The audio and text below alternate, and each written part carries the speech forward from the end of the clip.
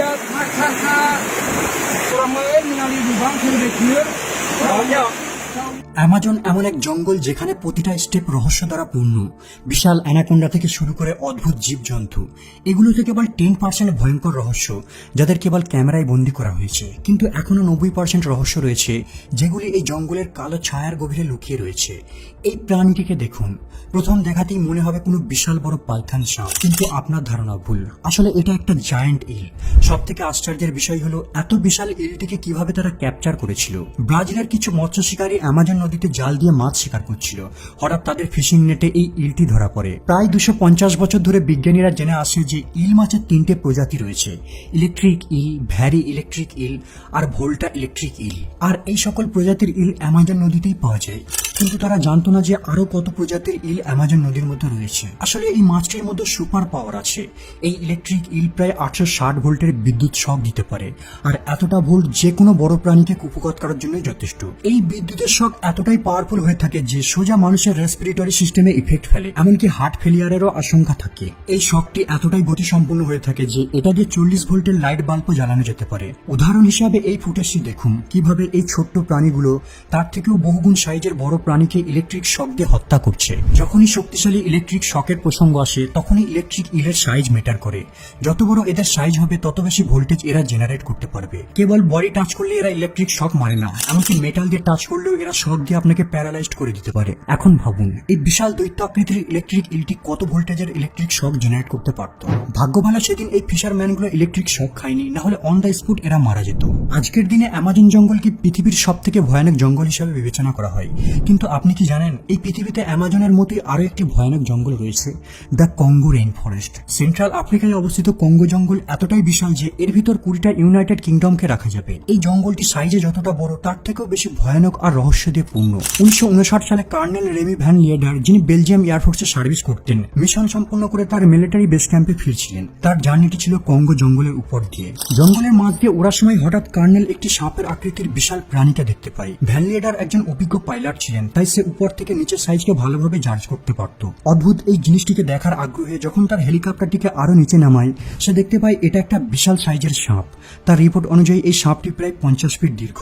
সাপের উপরের body dark green আর brown কালারের দ্বারা কভার করা, আর নিচের দিকটা সাদা। এই অদ্ভুত বিশাল সাপটিকে নিয়ে ডকুমেন্টারি বানানোর জন্য তার হেলিকপ্টারটিকে আরো নিচে নামায় আর সাপের চতুর্পার্শ্বে হবার করতে থাকে। কিন্তু সে লক্ষ্য করে সাপটি অ্যাটাক করার জন্য প্রায় 10 ফিট হাইট পর্যন্ত দাঁড়িয়ে পড়েছে। যখন কর্নেল বুঝতে পারে বিপদের সংকেত, সে দ্রুত সেখান থেকে প্লেনটিকে উচ্চতায় নিয়ে আসার সিদ্ধান্ত নেয়। কিন্তু ফিরে আসার পূর্বে সে যাতে ওই অদ্ভুত দৃশ্যটি সাক্ষীর প্রমাণ দিতে পারে তার জন্য বেশ কিছু ছবিও ক্যাপচার করে। কর্নেলের তোলা এই ছবিটি ছিল খুবই ইমপ্রেসিভ, কিন্তু আশ্চর্যের ব্যাপার হলো কর্নেলের রিপোর্টের সাথে এখানের স্থানীয় ট্রাইবদের রিপোর্টের অনেক মিল পাওয়া যায়। এখানের লোকাল ট্রাইবরাও প্রায় সময় কঙ্গো জঙ্গলের মধ্যে এমনই দানব আকৃতির সাপ দেখার দাবি করে। গবেষকদের মতে এই সাপটি সম্ভবত কোনো বৃহৎ আফ্রিকান রক পাইথন হবে, কিন্তু কিছু এক্সপার্টরা মন্তব্য করেন সম্ভবত এটা কোনো টাইটানোবোয়া সাপ হবে। টাইটানোবোয়া আজ থেকে প্রায় 6 মিলিয়ন বছর পূর্বে এই পৃথিবীতে বাস করত। 2009 সালে কলম্বিয়ার আমাজন জঙ্গলের মধ্যে এর সব থেকে বড় জীবাশ্মের সন্ধান পাওয়া যায়, যার দৈর্ঘ্য ছিল প্রায় 50 ফিট। একটা সময় এই সাপটা কঙ্গো আর আমাজন জঙ্গলের মতো উষ্ণ আর আর্দ্র এলাকায় বাস করা পছন্দ করত, আর তারা বিশাল বড় সাইজের প্রাণীদের ধরে শিকার করে খেত। টাইটানোবোয়া সাইজে বৃহৎ হওয়ার কারণ হলো 6 মিলিয়ন বছর পূর্বে পৃথিবী ছিল আরো বেশি উষ্ণ, আর এই সময় অক্সিজেনের লেভেল ছিল অনেক হাই, আর এটাই হলো সাপেদের বেঁচে থাকার জন্য উপযুক্ত পরিবেশ। উষ্ণতা বেশি হওয়ার কারণে তারা বেশি খেতে পারত, তাই তারা সাইজও অনেক বড় হতো। আর বাতাসে বেশি অক্সিজেন থাকার কারণে সেই সময় সাপেরা ভালোভাবে শ্বাস নিতে পারত, যা তাদের সাইজে বড় হতে সাহায্য করত। কর্নেলের এই ফটোটি দেখে আর স্থানীয় ট্রাইবদের রিপোর্ট অনুযায়ী কিছু গবেষকরা মন্তব্য করেন হয়তো এখনো কঙ্গো অথবা অ্যামাজন জঙ্গলের গভীরে এই টাইটানোবোয়াদের অল্প কিছু প্রজাতি জীবিত রয়েছে। এই দুটো জঙ্গলের বেশ কিছু পার্ট এখনো পর্যন্ত অনাবিষ্কৃত, হয়তো এই জঙ্গলগুলির অপরিচিত পার্টগুলোতেই এরা বাস করে।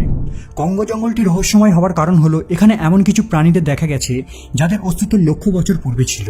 এদের মধ্যে একটি রহস্যময় প্রাণী হলো জায়ান্ট স্পাইডার জাবা ফোপি। এই দানব মাকড়সাটির সম্পর্কে এখানে লোকাল ট্রাইবরা প্রায় সময় রিপোর্ট করে থাকে। এই মাকড়সাটির সাইজ প্রায় একটি 5 বছরের বাচ্চার সমান হয়ে থাকে, আর এরা পাগুলোকে 1 মিটার দূরত্ব পর্যন্ত প্রসারিত করতে পারে। এরা অনেকগুলি গাছ নিয়ে জাল বুনে থাকে।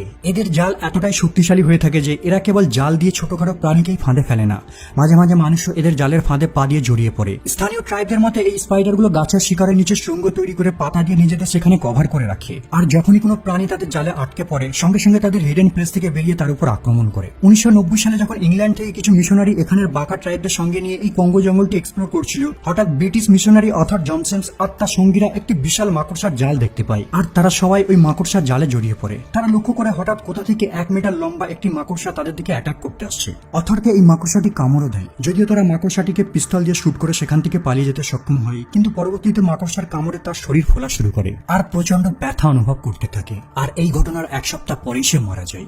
আর একটি রিপোর্ট অনুযায়ী 1938 সালে একদল এক্সপ্লোরার যখন এই কঙ্গো জঙ্গল অভিযান করছিল, তারা লক্ষ্য করে একটি অদ্ভুত ক্রিয়েচার তাদের দিকে ছুটে আসছে। প্রথমে তারা মনে করেছিল এটা একটা বাঁদর হবে, কিন্তু পরবর্তীতে তারা উপলব্ধি করতে পারে যে এই অদ্ভুত ক্রিয়েচারটি আসলে একটি দানবাকৃতির মাকড়সা। পূর্বে যখন এক্সপ্লোরাররা এই জঙ্গলে হাইকিং করতে আসতো, এখানে লোকাল ট্রাইবরা তাদের ওয়ার্নিং দিত যে যদি জঙ্গলের ভিতর কোথাও বিশাল মাকড়সার জাল দেখতে পায় তাহলে যত দ্রুত সম্ভব তারা যেন সেখান থেকে প্রস্থান করে, না হলে যে কোনো মুহূর্তে এই দানবগুলো তাদের উপর হামলা করতে পারে। পূর্বে এই মাকড়সাগুলি এই জঙ্গলের একটি কমন ক্রিয়েচার ছিল, কিন্তু বর্তমানে তাদের অল্প সংখ্যকেরই অস্তিত্ব রয়েছে, কারণ বর্তমানে মানুষ বন নিধন করা শুরু করেছে, তাই তাদের অস্তিত্ব সংকটে পড়েছে। 2003 সালে পেরুর একজন গ্র্যাজুয়েট স্টুডেন্ট ট্রয় আলেকজান্ডার যখন অ্যামাজন জঙ্গলে রিসার্চ করছিল, সে জঙ্গলের মধ্যে এই ধরনের অদ্ভুত স্ট্রাকচার দেখতে পায়। এই স্ট্রাকচারটি গাছের একটি পাতায় ছিল, যাকে দেখতে বেশ রহস্যময় লাগছিল। এর ঠিক সেন্টারে সিল্কের তৈরি একটি টাওয়ারও রয়েছে, আর এর চতুর্পার্শ্বে সিল্ক দিয়েই মজবুত বেড়া তৈরি করা আছে। ওই স্টুডেন্টটি এই স্ট্রাকচারটির পিকচার ক্যাপচার করে আর এটাকে ইন্টারনেটে পোস্ট করে দেয়, কিন্তু আশ্চর্যের বিষয় হলো আজ পর্যন্ত এই ধরনের স্ট্রাকচার কেউ কোথাও দেখেনি। এই অদ্ভুত জিনিসটার রহস্য উন্মোচন করার জন্য বিজ্ঞানীদের একটি টিম পেরুর এই অংশে ভিজিট করে। বিজ্ঞানীরা অনেক রিসার্চ করে এই এরিয়া থেকে প্রায় এই ধরনের 45টা স্ট্রাকচারকে ডিসকভার করে। কিছু স্ট্রাকচার গাছের ডালে ছিল আর কিছু পাতার উপর ছিল।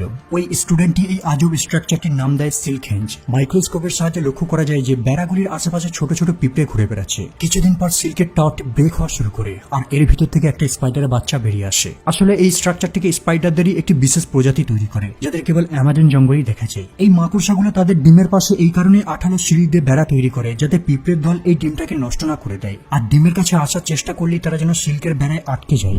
2015 সালে একটি অদ্ভুত প্রাণী ইন্টারনেটে ভাইরাল হয়। এই অদ্ভুত প্রাণীটিকে অ্যামাজন জঙ্গলের কাছাকাছি একটি বিচের উপর পাওয়া যায়, আর এই অদ্ভুত ক্রিয়েচারটির ভিডিওটিকে রেকর্ড করে ইন্টারনেটেও পাবলিশ করে দেওয়া হয়। ভিডিওতে দেখা যায় একটি ইল মাছের মতো প্রাণী বালিতে মোশনলেস ভাবে পড়ে আছে। অনেকে এই অদ্ভুত প্রাণীটিকে দেখে মন্তব্য করেন এই প্রাণীটি আমাদের গ্রহের কোনো প্রাণী নয়, এটা হয়তো কোনো এলিয়ান হবে।